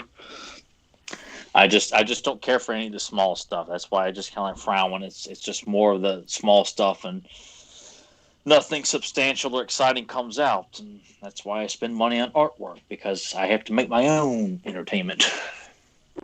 And for me, it's more... One last thing, Johnny Cock... Thanks, Joe. Johnny Cock did say something really cool that, yeah, I seen this, and I thought at first it was a new fucking cartoon. I was like, that looks incredible, but it's a video game. It's he said, did you guys see the new Teenage Mutant Ninja Turtles Shredder's Revenge trailer? That did look... Yeah. That is from the same guys that did the Scott Pilgrim video game and the new Streets of Rage 4. So it's from those same guys... So I expect it to be very, like, the quality on that to be amazing. I look forward to playing that. I wish they would have given a time period of when it may release because the trailer didn't show when it would come out. But I look forward to playing that. Yeah, I mean, I'm sure you'd probably be as good as you were as Streets of Rage 2. Spider-Man had a question. Is that where Joe pretty much gave us a running commentary about I was going to say, I didn't... Now, go over here and pick this up. Now, say this, too. I didn't have an opportunity to be good at it because Joe was walking me through the whole game, pixel by pixel, so... There we go. And that's not a lie. I was saying, stand right here, Nathan. If you move a little bit too forward, it'll spawn out more guys and more enemies. And he was like, can we just play the fucking game? I was like, the whole point of this is to have fun, Joe. Nathan should have been like, I'm sorry, Joe, I have the brain of an ice cube. What did you mean by that? I'm a dickhead. I really You know what I should have done? I shouldn't have moved the controller at all. I should have just stood still, and he's like, oh, come on, we need to go. I'm like, well, what's the point? You're just going to beat everybody up anyway. And tell me what I did was wrong anyway. But I wasn't a Sega kid, so I didn't play Streets of Rage. Final Fight was more my thing. So you did good. That's where it's at. I was not familiar. But you did good, Nathan. Whatever, Joe. Yeah, now you're just trying to placate me and all that bullshit. So no, thank you. No, you're a good guy. And Spider-Man has one final question. If you were a Masters of the Universe figure, what would your name and gimmick be, and whose faction would you be in? I almost felt like I did this a long time ago, but I'm so senile, I don't know who I said or what I said. But I think you guys made fun of me saying I'd be somebody that would like be picking through dumpsters. Yeah, or you would be grabbing dumb store. dump store. So, yeah, I don't know. It's a good question though, Spider-Man. It's just it'd be too His involved for me figure to would really be think. like shit. It would sort of be like the old lady Ghostbuster figure where the jaws just, Granny yeah, Ghost. where it just like opens up and then you can just dump a bunch of old food into his face. Something like that. Or Was that granny figure that her mouth opened and closed? Or are Yeah. you talking about something else? yeah. I got that figure. Yeah, I got that figure. Yeah. And the mailman. I got the mailman whose mouth or Actually, his stomach or all, chest. all those human ghosts were I can really just cool. reach off to the side here and grab this myself, but there you go. Her mouth just opens like that. Right. Here you go. Here's Joe Amato in about 10 years. With his gray hair. He's even wearing that nice little hat right there. You can just swap out You pull the Joe Amato. this purple and dress and just make it like a red and black plaid. And then just put... See, I'm not the only one that does this, am I? I'm not the only one that done it. Nathan just did it too, and that. What are the fucking odds? What are you talking about, that Joe? I'm a good guy. There you go. That's my line. That's my line. All right. Well, now let me say, guys, we hope you enjoyed this episode. It was great. For anybody. Someone wanted to know what I wanted to see myself as a figure. I mean, I just have to look to my walls Oh, here. God. Yeah, exactly. Yeah. It's pretty much I will say, another idea for self-explanatory. a t-shirt, Joe, he wouldn't have to do anything. Is we need to take a picture of Joe where he like showed him what he was wearing and had the caption, "I swear I'm not homeless." Watch Fans of Power podcast. Put that on a shirt. mean- Put it on a shirt. Yeah, that picture he sent to Nathan that had the caption. Yeah. I would buy With a tank top of that. Which was like, I swear And with I'm not homeless. Grimbot's Make sure you put the artwork. money in your hand. Well, Grimbot, remember, drew me almost exactly that pose, so it would be a perfect animated piece right there on the shirt, too, with that caption. All right. Well, guys, again, we hope you enjoyed this episode. And if you're new to the channel, make sure you like, subscribe, share, and ring that bell so you can always be notified when we go live. And until next time, have a powerful day. You want me to have bigger titties? What? No. You want Coop to quit playing basketball too? What? Huh? No. What? No. Did I just fart? Joe, what are we quoting, Joe? Shaq got rich playing in college. Everybody knows that. I said the name. I said the name of it in one of the quotes that I just did. Oh, did you say basketball? Is that it? Yeah, I didn't know. Is it basketball? I'm just Yeah. going to say because Nathan said it. I don't know. Okay, good. All right. See, I got it, which I really didn't get it. I just stole it from we had Nathan. to help you along, Joe. Much like playing Streets of You ain't Rage. shitting. Now, Joe, Yeah, hold my Joe, hand. if you Take stand me in right for a- here, Joe, if you listen to what he said, that one word, if you can say it, then you might be able to answer this question.